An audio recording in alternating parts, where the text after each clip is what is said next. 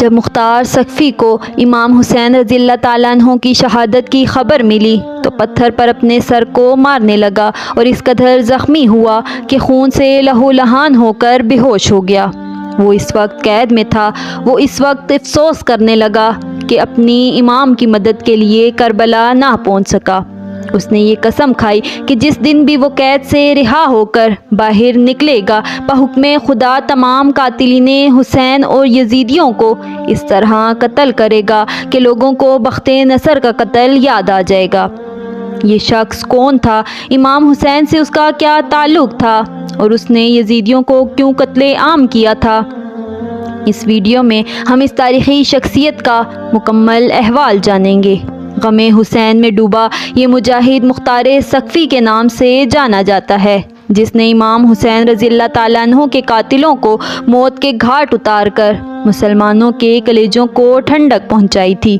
مختار کہا کرتا تھا کہ خدا کی قسم اگر حسین ابن علی کے قصاص میں قریش کے 2/3 حصے بھی قتل کر دیے جائیں تو امام حسین رضی اللہ تعالیٰ عنہ پر جو ظلم ہوئے وہ 1 انگلی کے برابر بھی نہیں ہوگا۔ مختار کا پورا نام مختار ابن ابو عبید سقفی تھا۔ ان کے والد ابو عبیدہ نبی کریم صلی اللہ علیہ وآلہ وسلم کے جلیل القدر اصحاب میں شامل تھے اور حضرت عمر کے دور میں جنگ قادسیہ میں جہاد کرتے ہوئے میدان جنگ میں شہید ہوئے۔ مختار کا تعلق عرب کے مشہور و معروف قبیلہ بنو ثقیف سے تھا۔ ابن اسیر نے مختار کو صحابہ میں شامل کیا جبکہ مورخین نے اسے تابعین قرار دیا ہے۔ مختار کو لوگ کسان کہا کرتے تھے۔ روایتوں کے مطابق امام علی رضی اللہ تعالیٰ عنہ نے ایک دفعہ مختار کو اپنے زانوں پر بٹھایا اور اسے قیس کہا تھا۔ تب سے لوگ اسے کیسان کہا کرتے تھے۔ بچپن ہی سے مختار کو میدان جنگ میں جانے کا بہت شوق تھا۔ جب مختار 13 سال کا تھا اس وقت مسلمانوں اور فارسیوں کے درمیان جنگ قادسیہ لڑی گئی۔ وہ اس جنگ میں شریک ہونا چاہتا تھا لیکن کم عمر ہونے کی وجہ سے ان کے چچا سعد بن مسعود نے انہیں اس جہاد میں شریک ہونے کی اجازت نہیں دی۔ اس جنگ میں مختار کے والد اور بھائی شہید ہو گئے۔ مختار جوانی سے ہی نبی کریم صلی اللہ علیہ وآلہ وسلم کے آل اولاد اور اہل بیت سے نہایت ہی عقیدت و محبت رکھتا تھا۔ جب یزید بن معاویہ تخت نشین ہوا اس وقت مختار کوفہ میں تھا۔ جب اسے خبر ملی کہ امام حسین رضی اللہ تعالیٰ عنہ نے یزید کے ہاتھ پر بیعت کرنے سے انکار کر دیا ہے تو اس نے امام حسین رضی اللہ تعالیٰ عنہ سے رابطہ کیا اور کوفہ و بصر کے لوگوں کو اس بات پر آمادہ کیا کہ وہ امام رضی اللہ تعالیٰ عنہ کے ساتھ مل کر بنو امیہ کی حکومت کا تختہ پلٹ دیں، کیونکہ امام عالی مقام دنیا و آخرت کے امام اور مسلمانوں کے رہنما ہیں۔ لہٰذا امام حسین رضی اللہ تعالیٰ عنہ کی حمایت کرنے اور لوگوں کو یزید کے خلاف بغاوت پر آمادہ کرنے کے جرم میں یزید کے ظالم گورنر عبید اللہ ابن زیاد نے مختار کو حراست میں لے لیا۔ اسے 100 کوڑے لگا کر ان کی ایک آنکھ کو زخمی کر دیا گیا اور قید میں ڈال دیا گیا۔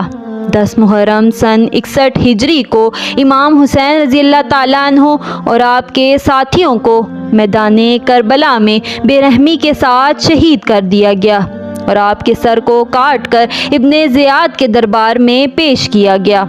ابن زیاد کے حکم سے مختار کو امام حسین رضی اللہ تعالیٰ عنہ کے سر کو دکھانے کے لیے دربار میں بلایا گیا۔ مختار نے جب امام حسین رضی اللہ تعالیٰ عنہ کے سر مبارک کو دیکھا تو وہ بہت گریہ گزاری کرنے لگا اور روتے ہوئے اپنے سر پر مارنے لگا۔ اسی وقت مختار نے اپنے دل میں یہ قسم کھا لی کہ وہ امام حسین رضی اللہ تعالیٰ عنہ کے قاتلین کو چن چن کر مارے گا اور آپ کے اہل بیت کا قصاص لے کر رہے گا۔ کچھ دنوں بعد ابن زیاد نے مختار کو قید سے رہا کر دیا اور اسے حکم دیا کہ وہ کوفہ سے باہر چلا جائے۔ مختار سقفی نے کوفہ کو خیر آباد کہا اور اپنے سینے میں بدلے کی آگ کو لے کر طائف چلا گیا۔ مختار نے بہت صبر اور حکمت سے کام لیا۔ اس نے پہلے اپنے تمام پرانے ساتھیوں کو جمع کرنا شروع کیا اور ایک چھوٹی سی فوج بنائی۔ مختار نے اپنے پرانے ساتھی ابراہیم ابن مالک اشتر کو بھی اپنے ساتھ ملا لیا، جو حضرت علی کے جانثار سپاہی مالک اشتر کا بیٹا تھا اور اہل بیت رسول سے بے پناہ محبت رکھتا تھا۔ ابراہیم کے پاس بھی چھوٹی سی فوج تھی جسے مختار نے اپنی فوج سے ملحق کر دیا۔ اس کے بعد مختار نے عجمیوں، ایرانیوں اور موالیوں کو اپنی فوج میں شامل ہونے کی دعوت دی۔ یہ لوگ دراصل بنو امیہ کے ظلم اور عربی و عجمی تفریق سے پریشان تھے، لہٰذا عجمی اور موالی جو اہل بیت رسول کی شیعہ یعنی چاہنے والے تھے، مختار کے ساتھ ہو گئے۔ رفتہ رفتہ مختار کی طاقت میں مزید اضافہ ہو گیا۔ مختار کے رگوں میں خون کی طرح دوڑتی اہل بیت سے محبت اسے بار بار حسین ابن علی کی شہادت یاد دلا رہی تھی۔ مختار اب قیام کے لیے تیار تھا۔ مختار نے اللہ رب العزت کے دربار میں دعا کی کہ اسے تب تک موت نہ آئے جب تک وہ ایک ایک یزیدیوں کو قتل کر کے ان کے ناپاک وجود سے اس زمین کو پاک نہ کر دے۔ پیارے دوستو، مختار نے سن 63 ہجری میں سب سے پہلے کوفہ پر حملہ کیا۔ اس وقت عبداللہ ابن زبیر نے عبداللہ ابن متی کو کوفہ کا گورنر مقرر کیا تھا۔ مختار نے اس سے جنگ کی اور کوفہ پر اپنی حکومت قائم کر لی۔ 65 ہجری میں مختار نے اعلان کیا کہ وہ امام حسین اور آپ کے اصحاب کے خون کا بدلہ لے گا، لہٰذا کوفہ کے شیعہ بھی مختار کے ساتھ ہو گئے۔ امیر مختار ثقفی نے اپنے دربار میں ایک شخص کو مقرر کیا تھا جس نے ان لوگوں کی ایک لسٹ بنائی جو میدان کربلا میں یزیدی لشکر میں شامل تھے اور جنہوں نے امام علی مقام کے قافلے پر حملہ کر کے انہیں شہید کیا تھا۔ اس فہرست میں جتنے لوگ شامل تھے، مختار نے انہیں تلاش کروایا اور انہیں قتل کرنا شروع کیا، جن میں شمر، خولی، عمر ابن سعد شامل تھا۔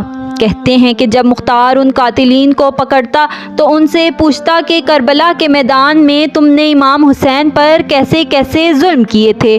وہ پوری داستان سناتا اور مختار اس داستان کو سن کر زارو کتار روتا تھا۔ سن 67 ہجری میں مختار کے سپہ سالار اور ساتھی ابراہیم اشتر نے عراق کے مقام موصل پر ابن زیاد سے جنگ کر کے اسے بھی قتل کر ڈالا۔